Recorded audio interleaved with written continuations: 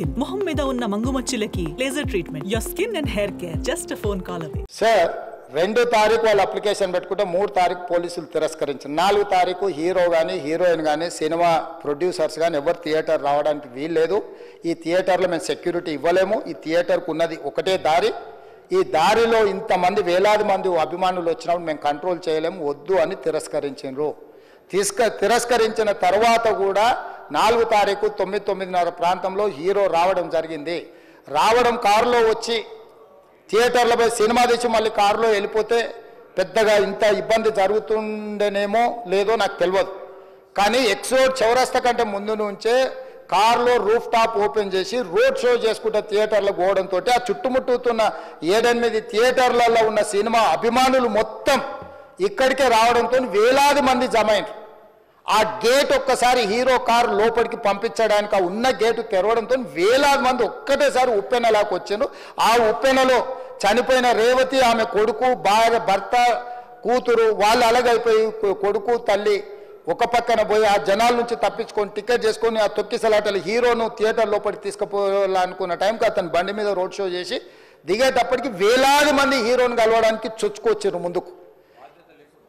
అసలు అంటే ఈ రకమైన వాతావరణంలో అతన్ని లోపలికి తీసుకువెళ్ళాల్సిన సందర్భంలో అతను ప్రైవేట్ సెక్యూరిటీ ఇవాళ మనం ఫంక్షన్లలో బౌన్సర్లు అని మనం చూస్తూ ఉన్నాం.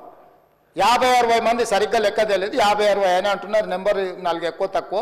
ఆ బౌన్సర్లు అందరు మీదికి వచ్చే అందరు అభిమానులను విపరీతంగా అడ్డంగా ఎట్లా పడితే అట్లా తోయడంతో అటు నుంచి అభిమానులు హీరోని చూడాలి, కలవాలని ఒకవైపు నుంచి వాళ్ళని హీరో దగ్గరికే రానియొద్దని ఆయన ప్రైవేట్ సెక్యూరిటీ వెనక్కి నెట్టడం వల్ల ఈ తొక్కిసలాటలో హీరో థియేటర్కి వెళ్ళి లోపలికి వెళ్ళి చూసినాక పోలీసులు ఈ మొత్తం క్రౌడ్ని ఈ మొత్తం అక్కడ ఉన్న జమైన జనాలను అందరిని కూడా తీస్తే ఒక తల్లి కొడుకు అక్కడ శవాలుగా పడి ఉన్నారు. ఆ తల్లి అంత తొక్కిసలాటలు కూడా నేను ఆ వీడియో చూసిన ఆ తల్లి లోపలికి వచ్చినప్పుడు కొడుకు చేయి పట్టుకొని ఎంత జాగ్రత్తగా కొడుకుని తీసుకొని వస్తుందో తల్లి ప్రేమ ఎట్లుంటుందో అక్కడ నాకు చూసి నాకు అర్థమైంది. ఆ శవాలుగా మారిన తల్లి కొడుకు చేయి ఇడవలే అధ్యక్ష, అట్లే చేయి బిగ్గర పట్టుకొని పోలీసు వెళ్ళి చూస్తే ఆ తల్లి ఆ పిల్లగాడు ఆ తల్లి ఆ చెయ్యి వదలకుంటే కన్నబిడ్డను పట్టుకుని తల్లి చచ్చిపోయింది అధ్యక్ష. అట్లాంటి సిచ్యువేషన్లో పోలీసులు తల్లిని కొడుకుని హాస్పిటల్కి అక్కడ ఫస్ట్ ఎయిడ్ ట్రీట్మెంట్ చేసిండ్రు. పోలీసులు ఏం డాక్టర్లు కాదు, హుటాహుటిన తరలించిండ్రు. హాస్పిటల్కి వెళ్ళిన తర్వాత తల్లి చచ్చిపోయింది, పిల్లోడు కోమాలు ఉండు. ఆల్మోస్ట్ పోలీసులు పిల్లవాడు కూడా చచ్చిపోయింది అనుకున్నారు. బ్రెయిన్ డెడ్ అయింది, ఆక్సిజన్ అందక ఆ అబ్బాయికి. సో ఆ సిచ్యువేషన్లో వెనక్కి పోలీసులు వచ్చి హీరో గారికి విషయాన్ని తెలియజేసి హీరో గారు వెళ్ళిపోతే హీరో ఎందుకు వెళ్ళిపోవాలనుకున్నారు పోలీసులు అంటే ఇంకా వేలాది మంది అభిమానులు అక్కడనే ఉన్నారు.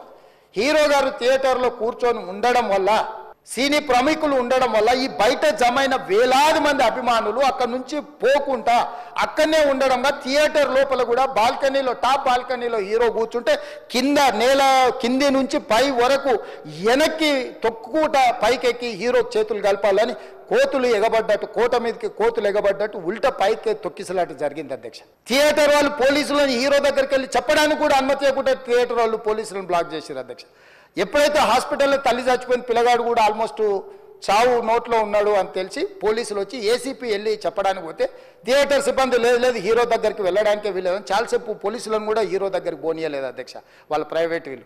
చివరికి ఏసీపీ కోపం వచ్చేసి మిమ్మల్ని అందరిని తీసి లోపల వేయాల్సి వస్తుందని చెప్పిపోయి హీరోకు ఏసీపీ క్లియర్గా ఇద్దరు చనిపోయినరు, మీరు ఇక్కడ కూర్చుంటే థియేటర్లోనగా థియేటర్ బయట ఉన్న వేలాది మంది ఈ సినీ అభిమానులను మేము కంట్రోల్ చేయలేకపోతున్నాం, ల్యాండ్ ఆర్డరు శాంతి భద్రతలు చేయి దాటిపోయినాయి, మేము లాఠీ చార్జ్ చేయాల్సిన పరిస్థితి ఉంది, మీరు దయచేసి వెళ్ళిపోండి, వచ్చిండ్రు చూసిన కదా వెళ్ళిపోండి అంటే లేదు నేను సినిమా అయిపోయే వరకు ఇట్లే కూర్చుంటానని పోలీసులతో చెప్పిండని సిటీ కమిషనర్ నాకు చెప్పడం జరిగింది అధ్యక్ష.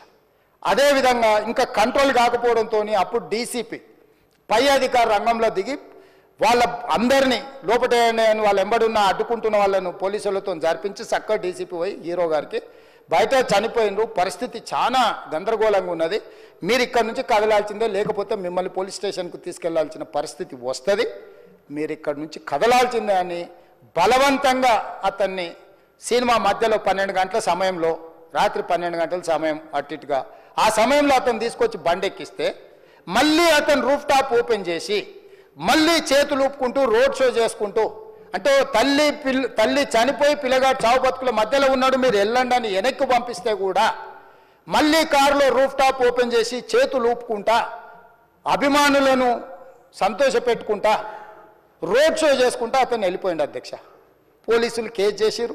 కేసు మీద థియేటర్కి సంబంధించిన కొంతమందిని అరెస్టు చేసిరు. అరెస్టు చేసి 10-11 రోజుల తర్వాత పోలీసు హీరో గారింటికి వెళ్ళిండ్రు.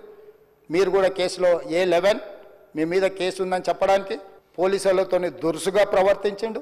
మీరు ఆ వీడియోలన్నీ కూడా చూసిండ్రు.